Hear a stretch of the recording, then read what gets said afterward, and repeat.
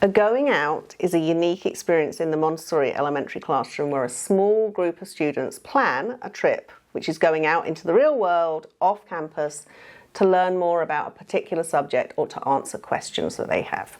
It really is one of those pieces that sets the Montessori elementary curriculum apart from the other levels, from both Children's House before it and then the adolescent community after it. And second plane children, we know, they have several characteristics that feed into goings out. They're deeply social, they want to collaborate and work together, and very importantly, they're developing a reasoning mind. So they're not just absorbing information, they're looking for connections.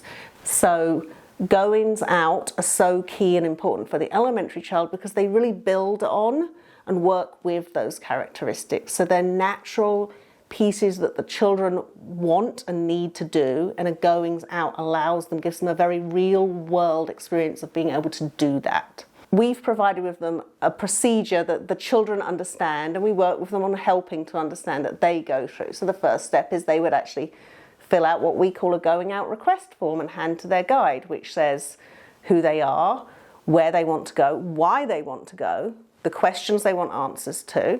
At that point then the guide will either ask for more information, or the guide might say, great, looks like you've got what you need, let's start to plan it. So at the beginning, the guide and the adults take on the role of scaffolding and supporting the children, asking them questions, helping them make sure they're as prepared as they can be. So the child will then make phone calls, arrange where they want to go, and then the next step is we start to talk about how are we going to get there.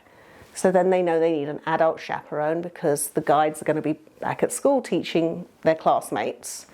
So here at Greenspring, we've created a list of adult chaperones, which is accessible to the children. The children go on it, they look at who's available, and then they have to ring that person and ask if they can go. That's a process. When that's arranged, they then let their guide know. And then when the day arrives, the child is then responsible for collecting what they need. So they need to go and collect a first aid kit. They need to collect, they've already talked about, do you need any money? Is there a car park available? You know, how much does it cost? Is there a fee to get in? We'll talk to them about pieces like holding on to receipts and what's a reasonable amount of money and what's not a reasonable amount of money.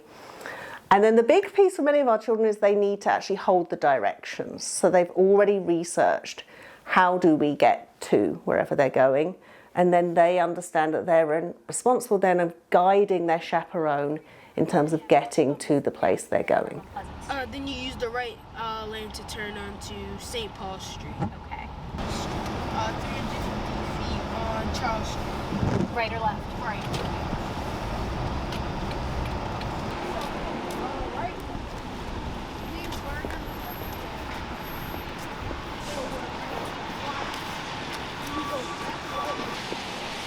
So when they arrive at their destination, it really, exactly what happens depends on the children's purpose. So if they're doing an independent research, for example, they're researching ancient civilizations, maybe the Romans, they will have then cut part of their own work that they've done back at school will be to have pieces of information they're looking to find.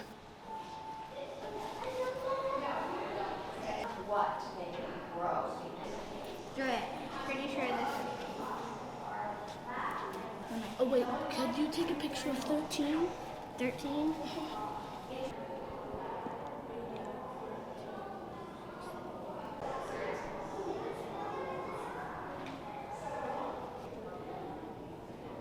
So a lot of that is then when they get into the exhibit that they're planning, like literally trying to find those pieces of information. And usually as a guide, you will have prepared them beforehand in terms of it may not be written information, which is new for them. They're very used to, at this point in elementary, reading in a book or possibly sometimes online and getting information, digesting that written information. In a museum, it's sometimes more like they're looking at an artifact. So they may have to draw. They sometimes may take a class camera and take photographs because they're receiving information in different ways. If they're interviewing someone, sometimes you've had children who are interviewing an expert, they'll have pre-prepared their questions. Often you'll talk to them about if someone's asking the question, would the other person be writing? So you kind of help them think about all of these pieces. The children are also responsible for timekeeping, so their guide will have let them know when when they should be back, so therefore they have to work on, oh, this was an hour's drive, so if we need to be back at 2, we really should be leaving at 1. They again share the directions of how to return to school.